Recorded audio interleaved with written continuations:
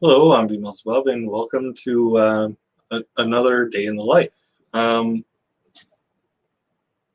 Spoiler alert: I have had a few. But so here's something fun.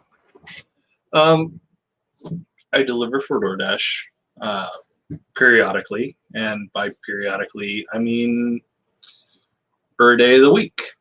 um, Only for about 3 or 4 hours, just long enough to make somewhere between 70 and $100.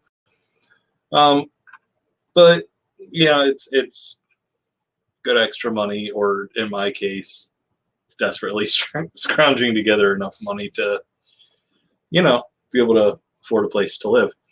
Uh, but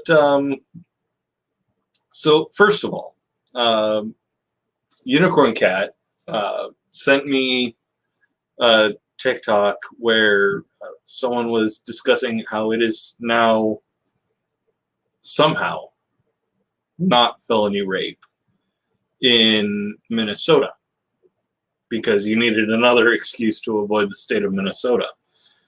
It is not legally felony rape to rape someone who is intoxicated because no one forced them to take that drink or their drinks.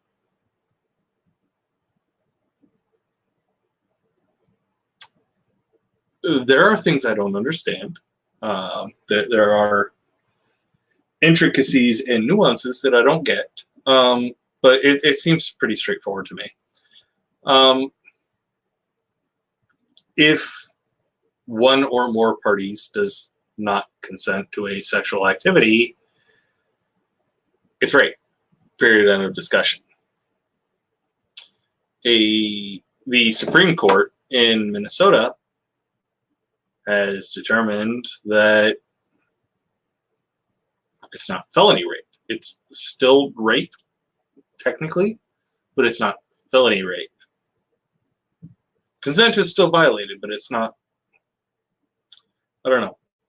That doesn't make sense. That's something I'll have to do more research on, because right there I'm just kind of taking it at the word of a TikToker, and I don't know. Unicorn Cat's trust threshold for this TikToker is higher than mine because they know who this person is, and I don't. But getting back to the other thing, I do DoorDash occasionally. Weird segue, probably really uncomfortable and quite jarring, but this is something that I have some level of familiarity with. So I'm delivering for DoorDash, and I get quite bored listening to the radio. Sometimes I just can't find things. I don't have an MP3 player. I mean, technically, I have my phone, but consider the fact that I'm using it for, DoorDash, the map, and all that fun business. I don't have an MP3 player to put my music on, so I will listen to music on compact discs. So I get bored with both of those, and I'm just kind of listening to AM radio, of all things, out of sheer boredom. And apparently, recently, I had heard of this, but I didn't look too deep into it. Just deep enough to get kind of a surface level idea of what's going on. But Milana Vaintrub, you may know her better as Lily from the AT&T commercials. Quite a lovely woman, if I do say so myself. She is really attractive. Drop dead gorgeous, some will say. She recently came out saying that from now on in the AT&T commercial she's in, where she portrays the character Lily, she will be behind a desk, and we no longer have the privilege of seeing her body. Okay. On the surface, that might seem like a weird thing, but once you dive maybe a single layer deeper into the story, you begin to understand why. So she goes on, like, so I'm listening to AM radio, and the person talking is like, oh, she went on a diatribe, like a long-winded diatribe on Twitter or whatever, because this person's an asshole. And basically said that people no longer have the privilege of seeing Milana's body in the AT&T commercials. And he's doing his boomer talk, like, oh, I never really thought it was a privilege, or I never really pay attention to her body. First of all, you're lying. Because in my experience, baby boomers are the ones who most objectify women for their bodies. Second, you're just lying, dude. You definitely have noticed her body. It doesn't matter how witty or edgy her commercials are, and I wouldn't say the AT&T commercials she's done are edgy. Like, I wonder what your definition of the word edgy is if you call her AT&T commercials edgy. But once you dive into why she isn't showing off her body and she wasn't even showing off her body to begin with, but once you dig into why she's no longer showing her body on the commercials, you begin to understand why. And the reason she's not showing off her body in the commercials anymore is because people were sending her explicit messages and videos of themselves and what they would like to do to her.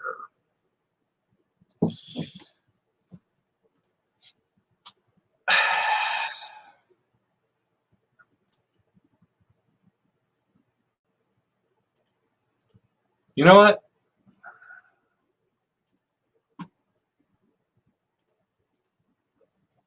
I generally don't know. Because, first of all, if you do not receive permission from someone to send you video or some text of what you would like to do to them, you're violating their consent. They don't want to know what it is you would do to them. They don't want to watch you. They don't want you to send them video of you finishing yourself to their image, which is what Milana Vaintrub, Lily from the AT&T commercials, was getting. And this boomer on this AM radio station that I was listening to out of sheer boredom didn't understand that. Didn't get it at all. And I am unfamiliar with the program I was listening to, because who the hell listens to AM radio? But they had this woman on the program who seemed to not at all mind being infantilized and objectified.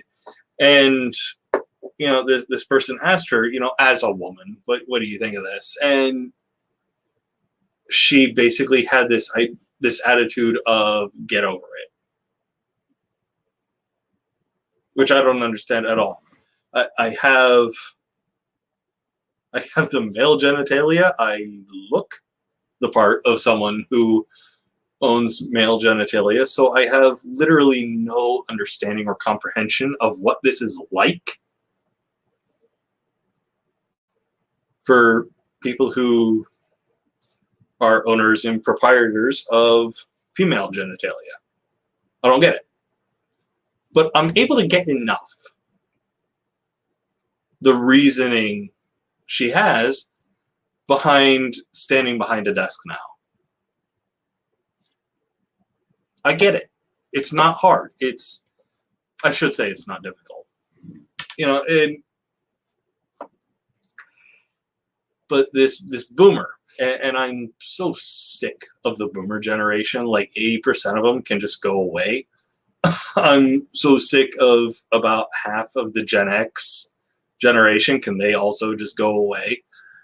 Because they have these same ideas. I don't understand why women are complaining. I mean, they're showing off their... No, they're not showing... Any showing off of bodies that women or non-binary people or any other gender-identifying person who is perceived as being more feminine, their appearance is not for you. The appearance that they present with is for them. It's for their happiness because they like how they look. They're not trying to attract my attention. They're not trying to attract any other man's attention. They're not trying to attract the attention of non-binary or women. They're not trying to... It's because it makes them feel good. And I don't think this is difficult to figure out. But this boomer couldn't figure it out. So I think my big message right now is don't anonymously send people images of you jerking off to images of them. They probably don't want it. Unless they consent to it beforehand. Then cool. But if they don't consent to that, maybe, don't send them that. Don't send them images. Don't send them texts. I don't know why this is difficult for some people. I just can't figure it out.